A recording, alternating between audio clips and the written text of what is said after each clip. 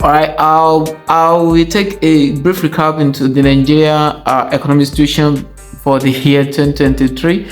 All right, I don't want to take our time talking from beginning of the year to the end what really happened, but the major things that happened in the year 2023 in the Nigeria economy is the removal of fuel subsidy. On the inauguration of the just elected, the present president of Nigeria, Bola Ahmed Tinubu, he boldly made a statement and was implemented the removal of fuel subsidy in the country. And since then, the price of the petroleum, the prime motor spirit, has been on a high, and that has resulted in what is expected to be a general hike in the price of commodities in the country, transportation, and the likes. We can say loudly that the country is currently facing what? Inflation. If you ask me from my knowledge of economics, I will tell you that the prices of goods in the country have not even reached the peak. It will increase further. And the reason being that when the petroleum was at 200 or thereabouts, the goods we are buying for like 1,000 naira. Okay, with the increase in petrol, yes, the price are increased. Maybe they are selling it 1,500, 1,700. But the point is, petroleum has actually increased more than 2%, like more than 200% rather. It has increased more than 2 times. So, which means the prices of these goods are expected to increase at least up to 3 times, because this is a feedback effect in an economy. It's a feedback effect. There will be spillover effect of the high price in petroleum. Petroleum is such a very important commodity. It controls a lot of things in Nigeria economy, and its importance in transportation makes things even worse. And our power source for the country, because Nigeria at the moment, the electricity supply is not really stable. So it will affect a lot of things. Now, you as a consumer, as an individual, listen to me out there. What is in for you? What is in for you is very, very simple. All right. At the beginning of the removal of fuel subsidy, I did give some people the advice to just go and buy as much foodstuffs as they can. All right. But even up to this moment, just imagine when the fuel subsidy was just removed. You just went to the market and you buy as many bags of rice as you can find. Now, if you are selling them now, definitely you're making a huge profit from it.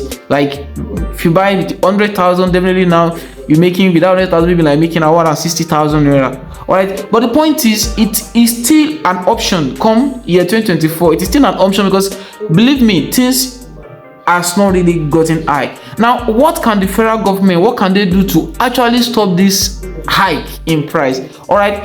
At the moment, I won't say there's nothing they can do, but the point is, the few policy options available for the federal government to implement to actually contain this hike in price will actually take time to have a meaningful effect in the country. And many of the things they've been doing, just of this December, they try to work with the transport. They consider that a lot of people will be traveling back to their various places to celebrate the New Year Eve and the Christmas. So they work on 50% price reduction for transport. Believe it or not, I won't say it is a fake policy, but the consequence or the real impact that has had in the economy is that most of these transport companies, some of them just decided that instead of them taking their bus out, that they have to use the fuel, why don't they just find somebody, book the whole bus, and if they get half of the price they are going to make, definitely they've made sufficient profit, and the car doesn't need to leave the garage. Okay, they don't need the car doesn't need to leave the garage, and at the same time they are making money. Do you get the gist there? Like, before you make a single policy, you have to at first look at the characteristics, the quality of the people who are actually in the country. You see, that's the very good thing in economics, right? We are social scientists. We deal with how human behave, and many times we have our tools of controlling the economy, which are majorly what? Incentives. All right, we believe that when there's incentive to do things, like every human being definitely is a rational being. That is the self-interest hypothesis. That is, every human being is a rational being, that we attempt to make decisions in such a way that the cost is lesser than the benefit. All right, when you just slash the price of transportation in the country, that the government will be paying 50% of your transport fare wherever you are going comes this December, Christmas, New Year celebration. All right, it means that me as an ABC Transport or Pace setter or go. It means all I have to do is just what? Keep my boss in. Have me, one person in my company, book all my bosses. Since I'll be making what? 50% profit without even buying fuel. So the federal government will be making this payment. All right. Then the other part is that the Nigerians who get this information firsthand, what they simply do is what? They went ahead and they book all these buses. Once they book it, now they are now reselling this traveling ticket. All right. The point is, the federal government was trying to make really life better for the average Nigerians, but the point is, it just have less significant impact on what? On the popular masses. I had to travel, and I know what it cost me to actually travel this December period. All right, it's a very good intention from the presidency office, but I'm telling you, like, when it comes to making policies, as far as a country like Nigeria is concerned, the federal government needs to actually seek the best brain. It's not just to go on making spontaneous decisions. All right, because most of these decisions, but if they end up not achieving the desired effect, the spillover, like the consequence they end up having in the economy, it's really huge. All right, it's really, look at the Muhammadu Buhari administration, who wanted to promote domestic agricultural products in terms of rice products and the likes by banning the importation of rice. That is a good policy. All right, that's a good one for us, but the point of it is, what consequence has that resulted into the economy of the country? Hopefully the result was very bad. The intended effect was never achieved. Why? Because in the formulation of this policy, the Nigeria as a case study was never taken into consideration.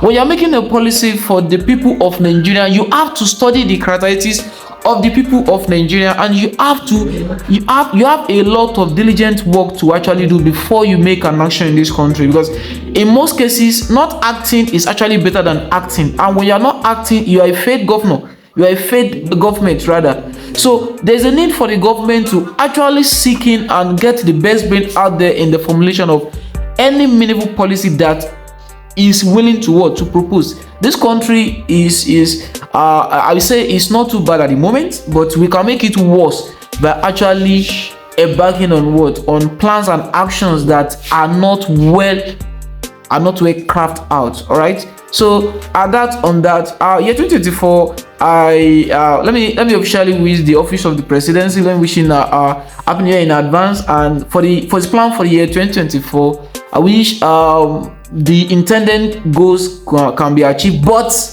I believe for those goals to be achieved, there is a need to actually engage the best brain in the country. There's a need to bridge the generational gap. All right, we have people, yes, renowned, yes, scholars, yes, but maybe in their 50, 60, 80, 70, yes, they are there with the wealth of experience, no doubt.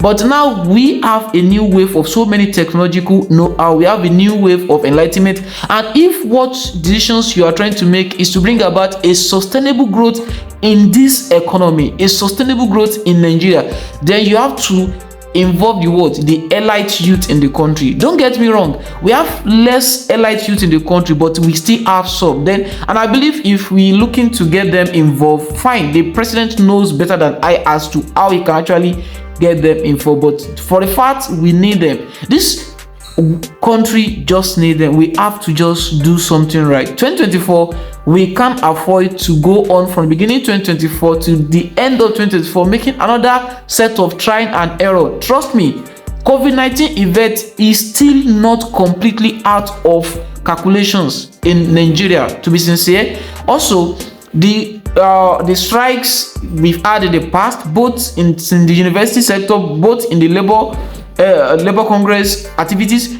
is still there. All right, these answers that we had is still there's so many momentum problem in the country, so we have to get it right.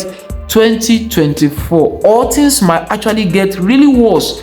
We'll be experiencing brain drain. Fine, trust me, if you will, as the president of the state, engage the real brilliant mind in the country for the right incentive. Trust me, nobody really wants to leave the country, and many of them who even leave, they left so that they can actually have capital and come back to the country so that they can make something meaningful with their life. It's not more than that.